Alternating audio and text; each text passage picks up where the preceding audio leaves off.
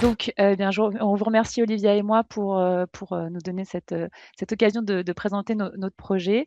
Alors, bah, déjà en cancérologie, pourquoi on a choisi la cancérologie? Parce que déjà c'est on est toutes les 2 pharmaciennes, dans l'unité de production, des chimiothérapies. La spécificité du parcours, c'est que c'est un parcours de soins qui est pluridisciplinaire. Donc notre patient, il vient pas qu'en HDJ faire, des séances de chimio, il est aussi, en onco, il passe en chirurgie, il va en radiologie, en médecine nucléaire, donc c'est des parcours qui sont complexes. Il y a une chronicisation, de la maladie, donc c'est aussi des répétitions d'examens, un suivi à long terme et beaucoup d'allers-retours entre ces secteurs-là. Au niveau de la prise en charge, c'est des prises en charge qui sont, lourdes, beaucoup d'intraveineux, en tout cas pour les patients qui viennent, faire des chimios et avec des médicaments, qui ont une spécificité d'être CMR, donc cancérigènes, mutagènes, reprotoxiques, avec un risque aussi pour l'environnement, qui n'est pas aujourd'hui encore, bien étudié sur le plan écotoxique. Et les essais cliniques sont très nombreux et comme il y a beaucoup de migration de patients entre les différents centres, ça a aussi, une lourde empreinte, carbone.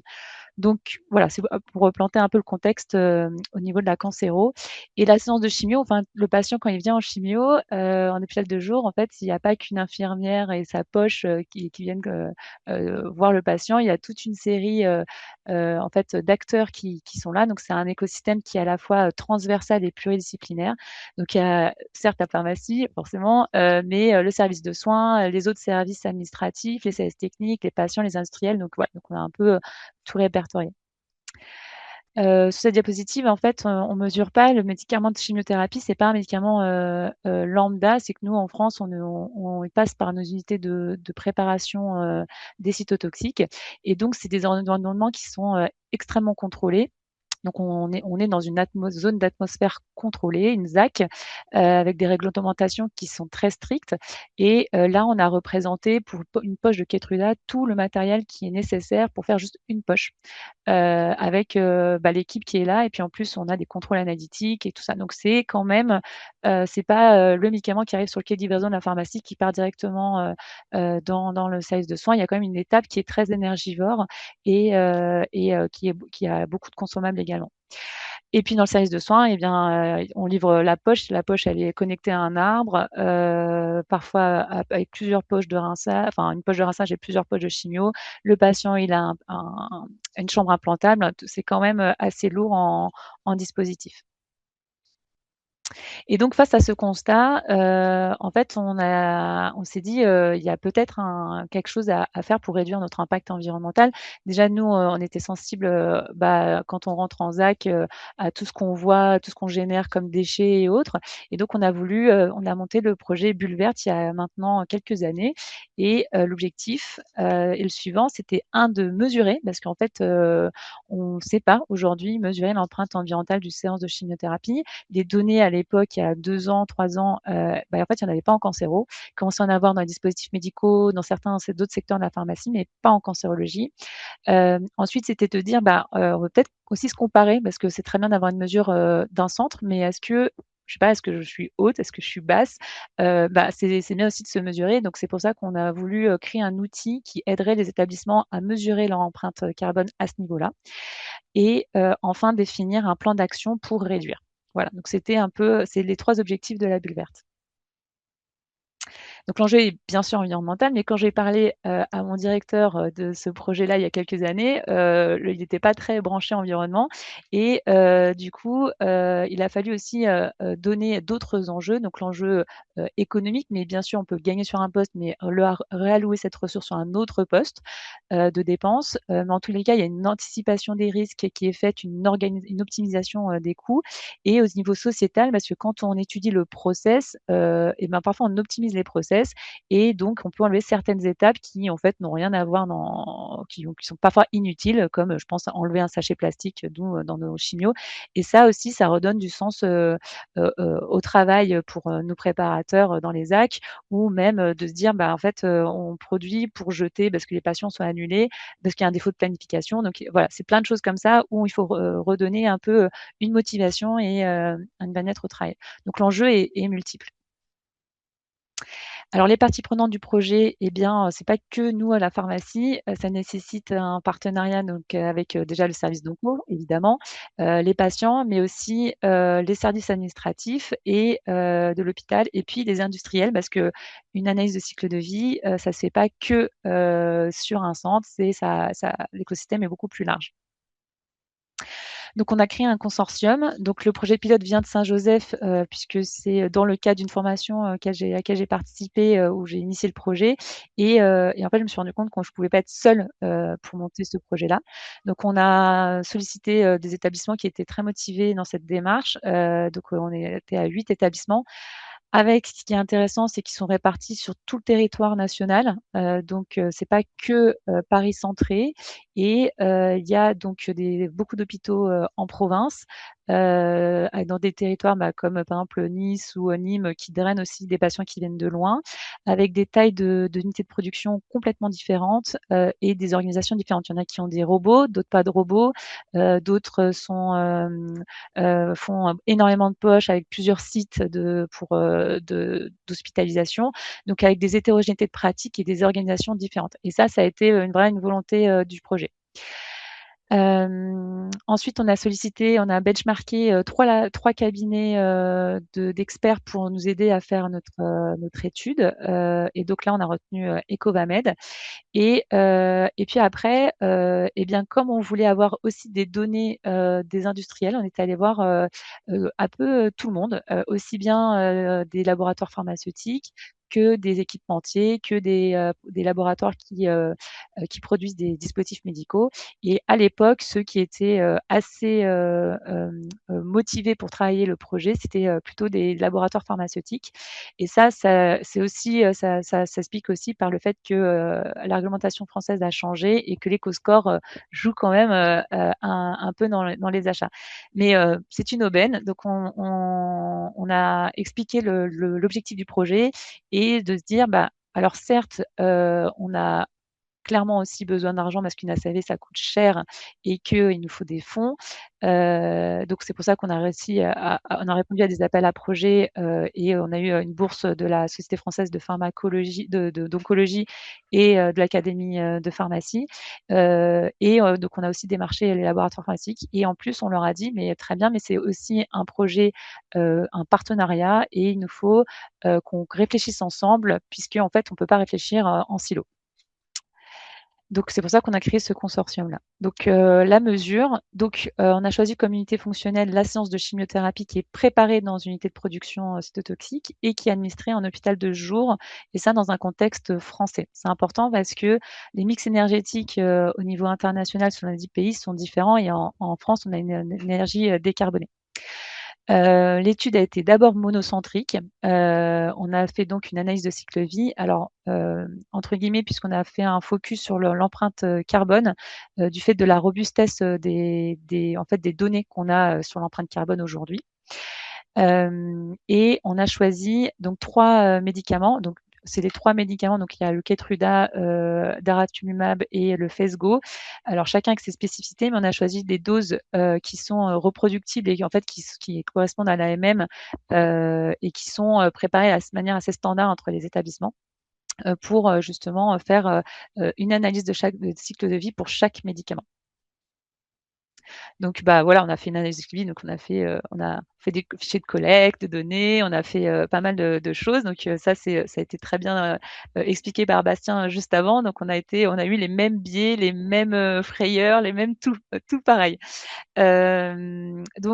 Ensuite, on a fait une deuxième étape, c'était l'étude pluricentrique. Donc là, on a demandé aux 8 établissements de santé partenaires d'utiliser notre outil, donc je reviendrai juste après, pour pouvoir analyser sur un an la consommation des consommables, des dispositifs, des déchets, des équipements, les énergies et tout ça, donc sur l'année 2024. Et donc, ce qui nous a permis en fait de faire une analyse de cycle de vie moyenné. Donc voici un aperçu des ça c'est la méthode. Donc en fait, là aussi, donc on a fait la méthode standard, hein, de ce qui a été, vu, précédemment, mais on a rajouté, les émissions corporatives. Alors les émissions corporatives, c'est par exemple les émissions qui sont générées par, le service de la DRH, le service, en fait les services support d'un établissement, parce qu'on n'a pas que la pharmacie pour que l'hôpital marche, il faut tous les services support. Alors de l'hôpital, mais aussi, des laboratoires pharmaceutiques, et donc un laboratoire pharmaceutique, ça a aussi, un gros, service de marketing, de market access, de recherche clinique et donc ça rentre dans les émissions corporatives et ça, dans les études aujourd'hui qui ont lieu pour les ACV, c'est pas forcément pris en compte et on verra que ça a un gros impact sur l'ACV. Donc, pour les 3 molécules, la première étude a montré que la séance valait entre 20 et 45 kilogrammes de CO2 par séance selon le médicament. Alors, plus le grammage du médicament augmente, plus l'empreinte environnementale augmente. Ça, c'est une donnée aussi qui est importante. Que les hotspots d'émissions concernent la production du médicament par l'industriel et l'administration. Et dans l'administration, c'est les déplacements patients qui coûtent le plus. Si on ajoute les émissions corporatives, on passe de 95 à 250 kg de CO2 selon le médicament. Ça, c'est assez énorme et donc on voit que les émissions corporatives, vont au-delà des 70 de l'empreinte, environnementale. Donc on peut, il y a une, alors, quand on regarde en zoomant, l'hôpital, on n'a pas beaucoup d'émissions corporatives, mais les laboratoires ont énormément d'émissions corporatives et ça peut être lié aussi aux activités de la recherche clinique qui est très, très lourde en empreinte, carbone. Et quand on compare entre les établissements, les émissions sont assez équivalentes entre établissements. Bien sûr, les établissements qui sont Paris Intra-Muros, nous, on bénéficie quand même de beaucoup de transports en commun. Donc pour les déplacements patients, déplacements du staff, eh bien, on était moindre en déplacement en émissions. Il n'empêche que, on était à peu près à 20 kilogrammes de CO2 par séance, de manière globale. Et donc ça montre aussi la robustesse de l'outil et des résultats qui est assez corrélé. Alors l'outil, donc l'objectif, c'était de créer un outil en open source, qui soit disponible pour tout le monde, pour permettre à l'établissement de santé qui souhaite, mesurer sa séance de chimio, en fait, l'empreinte environnementale, de mesurer. Donc on a fait, ces ACV, ensuite grâce à cet ACV, ça nous a permis de sortir une première version, de l'outil et cette version de l'outil a été testée, à plusieurs reprises par tout le groupe, nous compris puisqu'en fait c'était, des ACV moyennés, donc c'était plus, de manière, très ciblée sur une préparation et ça nous a permis de valider l'outil et donc aujourd'hui, on a un outil qui est finalisé, qui est transposable dans tous les systèmes, dans toutes les organisations parce que je vous ai dit que les organisations étaient très hétérogènes et c'est pour ça qu'on les avait aussi sélectionnées. Exploitable par tous les systèmes d'information aussi de chaque hôpital, donc c'est un fichier Excel, hein, donc c'est facilement exploitable. Il est compréhensible parce que l'enjeu c'était que d'un non spécialiste d'ACV fasse une ACV, mais qui soit aussi assez simplifiée, mais en même temps aussi fournie. Et donc là, ça a été tout l'enjeu d'avoir un outil voilà, à mixte en tous les cas, et ergonomique, ça c'était aussi évident. Donc un aperçu de l'outil, donc il y a, première étape, l'établissement recueille des données brutes sur la préparation, donc au sein des UPC et l'administration sur le service de soins qui veut, voilà, qu'il a identifié. Donc il y a des données générales sur, la surface, les équipements en termes d'énergie, les salariés. Dans notre étude monocentrique, on est allé voir les patients et les salariés sur ce qu'ils mangeaient, sur les déplacements qu'ils faisaient. Donc là, en fait, ça, c'est optionnel pour les salariés si on peut pas le faire, si on veut d'abord avoir une idée. Mais aussi, voilà, c'est possible en tous les cas, mais c'est pas limitant. Ensuite, il y a une donnée où on rend tous les consommables, à la fois des nettoyants pour l'habillage, les dispositifs utilisés, les déchets générés et tout ça. Donc ça, c'est par an. Alors bien sûr, je rejoins Bastien sur est-ce qu'on met un gant ou une paire de gants. Enfin voilà, c'est une question aussi qu'on a dû éclairer. Et ensuite, ça donne en étape 2 des résultats de manière globale. Alors, soit globale, c'est la première partie, soit sur la partie préparation, ou soit la partie administration du service de soins. Et donc, ça permet à la personne d'identifier les principaux postes d'émission.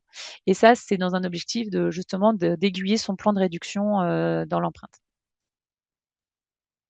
Et enfin, le plan. Donc là, aujourd'hui, on en est là. Donc une fois qu'on a mesuré, on a créé un outil, maintenant on est sur le plan d'action.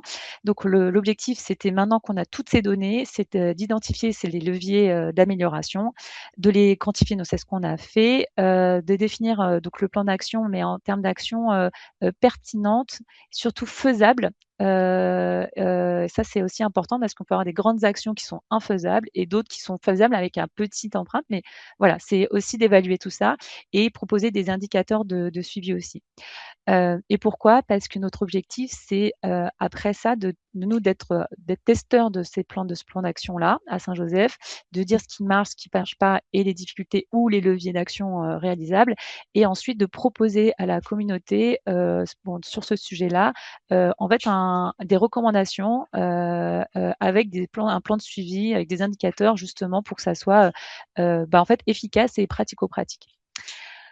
Et donc dans les actions, alors on a fait beaucoup de focus group avec les industriels, avec nous. Donc il y a une partie des actions qui concernent les industriels, donc que je vais pas citer là parce que là c'était plutôt on va dire soins centrés, hôpital centré. Mais en tout cas pour l'hôpital, par exemple, on a tous les achats éco-responsables, mutualiser, optimiser les commandes. Bon, ça c'est des choses qui sont qu'on a retrouvées dans d'autres études. Sur la prescription, en fait, l'objectif, c'est aussi, on s'est aperçu que comme l'étape de transport est une étape clé dans enfin, un hotspot qui est ressorti, c'était justement de mieux anticiper les annulations pour pas produire pour rien, parce que nous, on prépare à l'avance. Et donc, tout ça, en fait, on travaille avec les médecins justement sur récupérer des bilans bio à l'heure, faire des cut-offs pour reporter certains patients, pour si les PNN sont bas, par exemple. On a revu tous nos protocoles pour favoriser le relais PEROS sur les protocoles. Donc, tout ce qui était méthylprénisolone ou paracétamol qui était en IV sur les protocoles, maintenant, on les a passés en PEROS. Revoir effectivement pour certaines chimios la dose poids, notamment pour les anticorps qui sont maintenant passés en flat dose, revenir sur des doses poids pour les petits poids. Donc ça aussi permet de gérer moins de toxicité. Enfin voilà, de manière cette démarche globale. Sur la partie préparation, eh bien on a diminué les emballages. Ça c'est des exemples, hein, parce que le plan d'action est très très complet. Diminuer les emballages des préparations finies, favoriser les EPI réutilisables ou alors réduire au maximum les volumes de dilution des poches. Ça aussi, ça a un impact environnemental conséquent, en tout cas pour cette étape-là. Et pour l'administration, eh bien pareil, on travaille sur les poches de rinçage. Ce matin, j'étais encore en HDJ. Je me dis, pourquoi tu mets une poche de rinçage de 250 ml? Ça a un impact significatif. Et l'infirmière me dit, je sais pas, c'est par habitude. Donc voilà, on a revu aussi ça. Donc voilà, c'est des petites choses comme ça, mais qui ont un impact au final. Typiquement la formule sous-cutanée, alors il y a certains laboratoires qui disent, certaines équipes qui disent ça a quand même réduit l'impact environnemental. Alors aujourd'hui, dans un contexte français actuel, non, puisque ça passe toujours par une unité de production avant d'être délivré au service. Mais demain, si le laboratoire, l'industriel prépare des seringues prêtes à l'emploi qui soient dispensées directement au domicile du patient en hôpital en HAD, et clairement là, ça sera gagnant en termes d'empreinte environnementale. Et au niveau de l'élimination, en fait, c'est le tri des déchets. Alors, ça paraît basique, mais en chimio, il y a un gros vague réglementaire sur le tri des déchets cytotoxiques et CMR. Et donc ça, là, on en va travailler dessus avec un groupe de travail, justement pour essayer de faire bouger un peu ces lignes-là. Et puis, toute l'élimination des excrétas qui est pas forcément optimale à l'hôpital et à domicile. Et puis, il y a toutes les réattributions des préparations qui ont été annulées. Et donc ça, c'est aussi une manne financière puisque parfois on peut atteindre plusieurs centaines de milliers d'euros parce que il y a une ça va, c'est très organisationnel aussi, mais voilà, c'est aussi, un des points d'action, qu'on met, sur la réduction, de l'empreinte environnementale.